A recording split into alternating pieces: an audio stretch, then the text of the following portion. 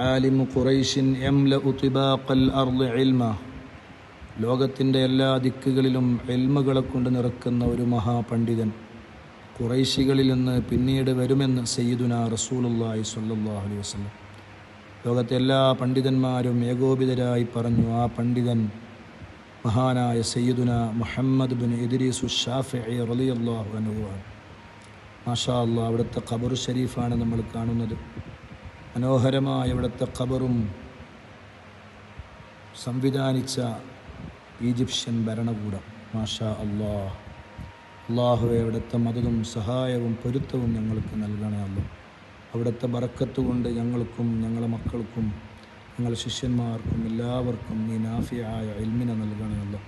അവിടുത്തെ ചാരത്ത് തന്നെയാണ് സയ്യിദുനാ റസൂലുള്ളാഹി സ്വല്ലല്ലാഹു അലൈഹി വസല്ലം തങ്ങളുടെ കാൽപാദം പതിഞ്ഞ ഒരു കല്ലും ഇവിടെ നമുക്ക് കാണാൻ കഴിയും. മാഷാ അല്ലാഹ്.